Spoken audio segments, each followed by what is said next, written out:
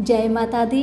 मेरे सभी प्यारे दोस्तों, मैं लक्ष्मी शर्मा बड़ों को चरण स्पर्श, छोटों को प्यार और बराबर वालों को दिल से नमस्कार करती हूँ। आज की कथा में आप सभी सुनेंगे तुलसी मैया की जन्म कथा। आखिर कैसे बनी वृंदा तुलसी। कथा बहुत ही सुंदर है, अंत तक जरूर देखिएगा और दूसरों को भी शेयर कीजिएगा। पौराणिक काल में एक लड़की थी, उसका नाम वृंदा था। राक्षस कुल में उसका जन्म हुआ था। वृंदा बचपन से ही भगवान विष्णु जी की परम भक्त थी।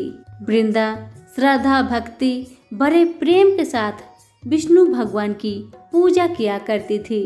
जब वृंदा बड़ी हुई तो उनका विवाह राक्षस कुल में दानवराज जलंधर से हो गया। जलंधर समुद्र से उत्पन्न हुआ था। वृंदा बड़ी ही पतिव्रता स्त्री थी, सदा अपने पति की सेवा किया करती थी। एक बार देवताओं और दानवों में युद्ध हुआ। तब जलंधर युद्ध में जाने लगा तो वृंदा ने कहा, स्वामी आप युद्ध पर जा रहे हैं, आप जब तक युद्ध में रहेंगे मैं पूजा में बैठकर आपकी जीत के लिए अनुष्ठान करूंगी, और जब तक आप वापस नहीं आ जाते मैं अपना संकल्प नहीं छोड़ूंगी। जलंधर तो युद्ध में चला गया और वृंदा व्रत का संकल्प लेकर पूजा में बैठ गई।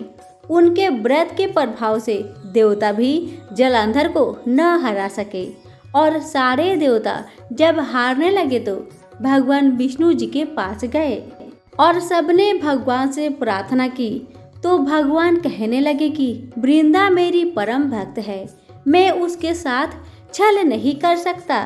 पर सभी देवता बोले, भगवान दूसरा कोई उपाय भी तो नहीं है, अब आप ही हमारी मदद कर सकेंगे। भगवान ने जलंधर का ही रूप रखा और वृंदा के महल में पहुंच गए। जैसे ही वृंदा ने अपने पति को देखा वे तुरंत पूजा से उठ गई और उनके चरण छू लिए। जैसे ही उनका संकल्प टूटा, युद्ध में देवताओं ने जलंधर को मार गिराया और उसके साथ ही सिर काटकर अलग कर दिए। उनका सिर वृंदा के महल में जाकर गिरा। जब वृंदा ने देखा कि मेरे पति का सिर तो कटा पड़ा है, तो फिर ये जो मेरे सामने खड़े हैं वो कौन है। वृंदा ने जब भेष रूपी जलंधर से सवाल किया कि आप कौन हैं जिसका स्पर्श मैंने किया है, तब भगवान अपने रूप में आ गए, पर वे कुछ ना बोले और वृंदा सारी बात समझ गई। उन्होंने भगवान को श्राप दे दिया, आप पत्थर के हो जाएंगे। भगवान तुरंत ही पत्थर के हो गए। सभी देवता हाहाकार करने लगे। लक्ष्मी जी रोने लगी और प्रार्थना करने लगी।